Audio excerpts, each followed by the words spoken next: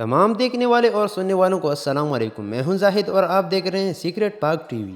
ذوالفقار علی بھٹو کو پھانسی لٹکا دیے جانے کی خبر انہیں سب سے پہلے کس نے سنائی، اور یہ خبر سن کر انہوں نے کس رد عمل کا اظہار کیا؟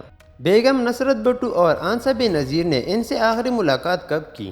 کس طرح کی کیا باتیں ہوئی؟ بھٹو محروم نے اپنی آخری رات کس طرح گزاری؟ وہ اپنی کال کو ٹیڑھی سے تختہ دار کیسے پہنچے؟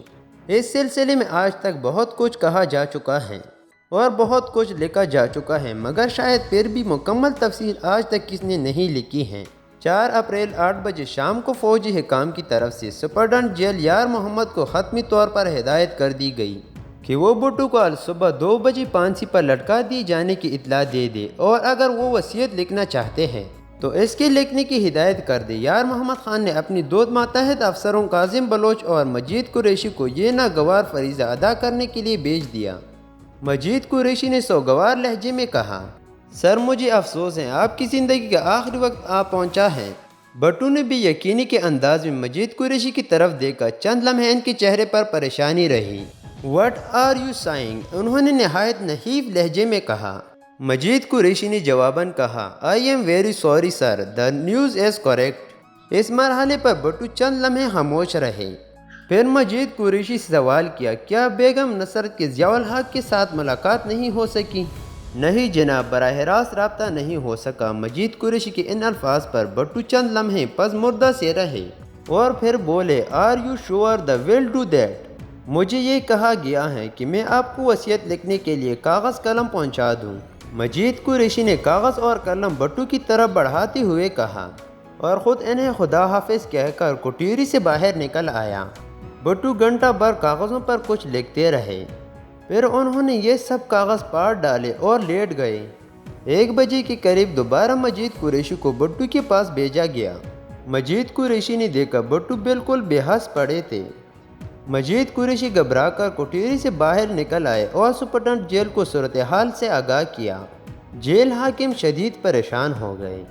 مجید قریشی کی پریشان کن اطلاع پر سپرڈنٹ جیل یار محمد، ڈپٹی سپرڈنٹ خواجہ غلام رسول، ڈاکٹر اظہر علی شاہ سمیت بھٹو کی کٹیری کی طرف چلے گئے۔ مجید قریشی بدستور ان کے آگے آگے تھا۔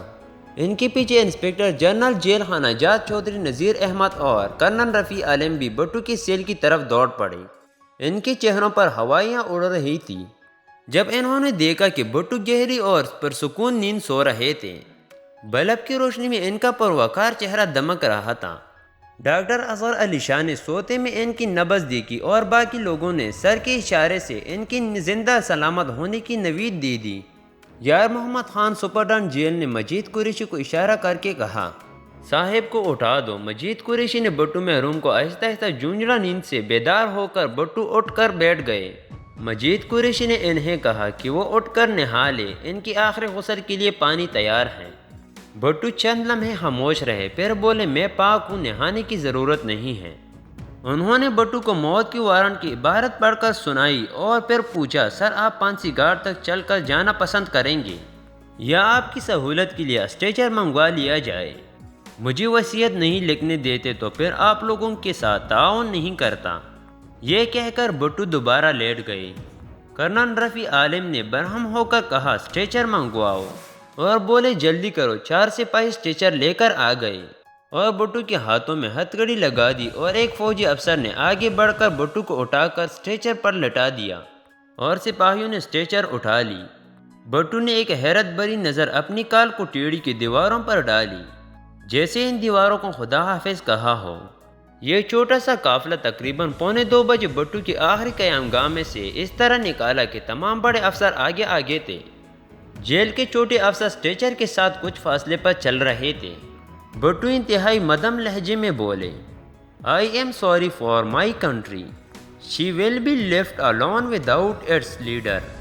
انہوں نے یہ جملہ چونکہ بہت ہی مدھم لہجے میں کہا تھا، جیل اور فوج کے جن افسران نے یہ جملہ فاصلے سے سنا تھا وہ یہ سمجھے کہ بھٹو نے اپنی بیوی کے لیے یہ کہا کہ وہ اکیلی رہ گئی ہیں۔ ان سے پوچھا گیا کہ وہ خود پھانسی کا چبوترا چڑھ سکیں گے۔ وہ نہایت خود اعتمادی کے ساتھ چبوترے کی زینے چڑھ گئے۔ انہوں نے آخری چبوترے پر پہنچ کر اپنا پاؤں زور سے چبوترے پر مارا، جیسے یہ دیکھا چاہتے ہو کہ یہ واقعی تختہ ہے یا کسی ڈرامے کا حصہ۔ طاہرہ مسیح نے ان کے چہرے پر نقاب چڑھایا، گلے میں رسی ڈال کر گرا لگا دی۔ ابھی پھانسی کا لیور نہیں کھینچا گیا تھا کہ انہوں نے تقریباً چیخنے کے انداز میں کہا فنش۔ یہ آخری الفاظ تھے جو ان کے منہ سے نکلے تھے۔ اس وقت 2:05 ہو چکے تھے۔ سپرڈنٹ نے اشارہ کیا اور پھانسی کا لیور گرا دیا گیا۔ تختے کے نیچے گر گئے اور پاکستان کا سب سے بڑا لیڈر 11 فٹ گہرے گڑھے میں ملک ہو گئے۔ تو دوستو آج کے لیے اتنا ہی کافی ہے، ملتے ہیں نیکسٹ ویڈیو میں، تب تک اللہ حافظ۔